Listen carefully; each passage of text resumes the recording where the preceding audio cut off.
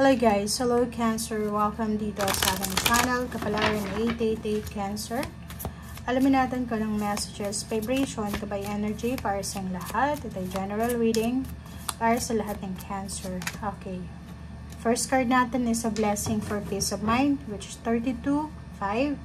So may mga Cancer ditong masyadong nag-iisip, masyadong nag-aalala, lalo na sa usaping pera, lalo na sa usaping mga budgeting, parang gano'n. Pwedeng nag-aalala ka sa health mo, or pwedeng nag-aalala ka sa mga susunod na expenses, ganito, ganyan.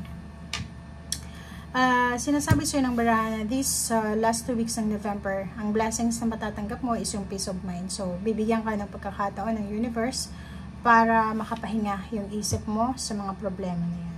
Okay. So, parang sinasabi dyan, no, kung marami kang mga iniisip, hindi masyadong maganda yung mindset mo, palagi kang galit, palagi kang nakasinghal. This next 2 weeks na guys, bibigyan ka ng pagkakataon ng universe, ating Panginoon, para makapag-rest naman ng konti. Parang ganun. Mabawasan yung mga iniisip o mabawasan yung mga aligaga sa buhay. Moving on. Number 6, sinasabi sir dito na huwag kang masyadong nakafocus sa nakaraan. Kasi itong 6 na to is moving on. So, ibig sabihin, yung iba sa inyo dito, Cancer, is kaya hindi kayo mapakali kasi hindi kayo makamove on from your past. Balanse, kailangan ng balanse. Like, ang daming grudges, resentment, ang daming mga tinatagong, mga hinanakit sa buhay. Marami kang balot na pinapasan sa iyong balikat na galit. So, sinasabi ng bara sa'yo na kailangan mong alisin yung mga resentment mo sa pera, resentment sa sarili, sa ibang tao, grudges sa ibang tao, grudges sa pera, para magkaroon ka ng peace of mind. Okay?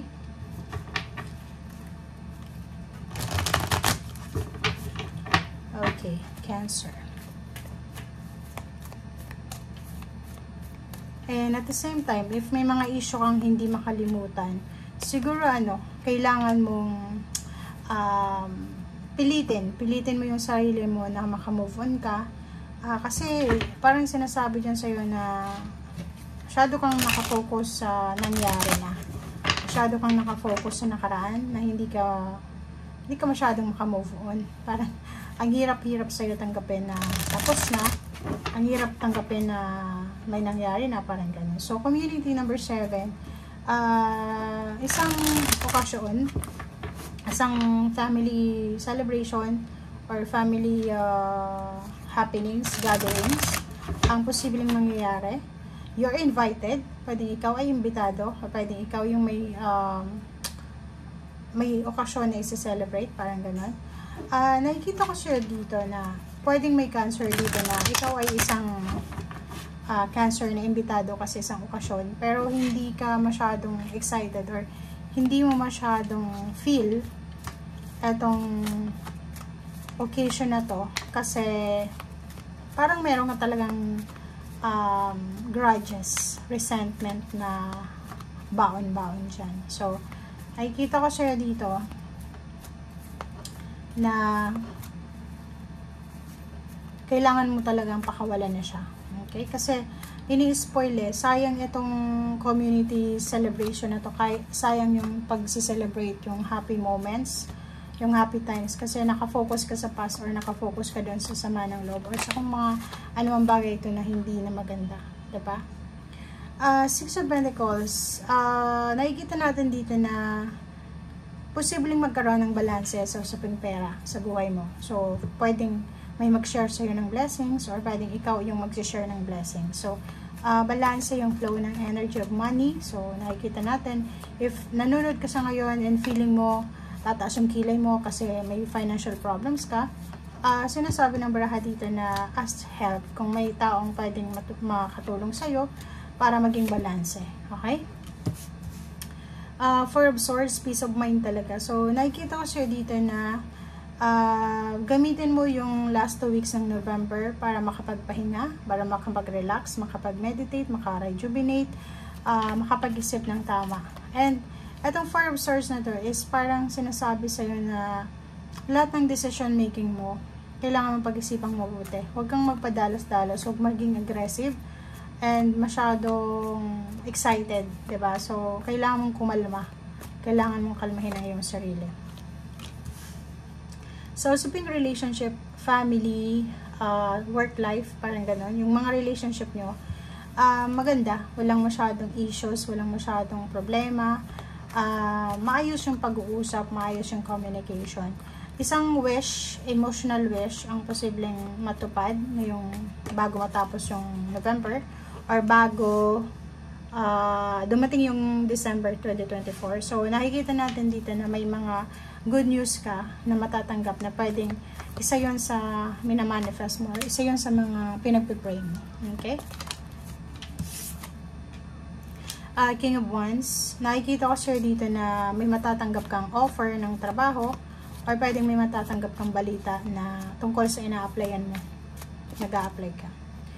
Seven of Cups, choices. So, trabaho din, parang nakikita ko sir, ang dami-dami mong pinagpipilian. Hindi ka masyadong nakafocus sa kung ano talagang gusto mo. Parang nakikita ko sir dito na mas importante sa'yo yung pamilya mo, yung malapit lang sa pamilya. Okay? And the Star card, meron ditong Cancer na may pinagpipray kayo, may minamanifest kayong klase ng trabaho or company or business, parang ganito ganyan. And sa nakikita natin is magkakaroon ka ng pag-asa dito. So parang makakaramdam ka ng sobrang excitement dito kasi yung minamanifest mo lang na trabaho or yung kontrata ay posibleng mapasayo na. Okay, Death card. So, yun. It's a huge transformation din to, parang Pisces. Nakikita ko siya dito na may mga kailangan kang tapusin or kailangan ng matapos ng mga bad habits, bad emotional na attachment ka para makapagsimula na kayo ng new beginnings. Itong Magician na to, sinasabi na once na natapos na yung isang bagay sa buhay mo na hindi mo na kailangan para sa next round ng buhay mo, magkakaroon ng magic or milagro sa buhay mo. Parang ganun. So, ibig sabihin, merong mga hindrances, may mga kumukontra sa paligid mo na kailangan mong alisin. Okay? So, Ten of Pentacles. Etong Ten of Pentacles is lump sum of money and then Two of Swords. So, nakikita ko share dito na siguro may pagkakataon ka na makamit itong financial, yung huge amount of money or financial gain na to. Kaso lang, nahihirapan ka ngayong magdesisyon. Kasi parang involved yung family, yung kung ikaw may pamilya, ayaw mong iwanan yung pamilya mo. Kasi kung makikita mo dito, pwedeng may mga offer ng travel eh. Pwedeng magtrabaho ka sa malayong lugar, but the problem is, kailangan mong iwanan yung pamilya mo. Na nakikita ko pwedeng medyo siloso ka, silosa, na hindi ka masyadong nagtitiwala sa partner mo, na baka pag alis mo, may iba na. Parang gano'n. So, nakikita ko rin sa'yo dito na yung Ten of Pentacles, yung parang ino-offer na sa'yo ng universe, pero hindi ka masyadong convinced. Parang iniisip ko, hindi yan totoo. Parang ganun. So, comment down below if you resonated. Bye!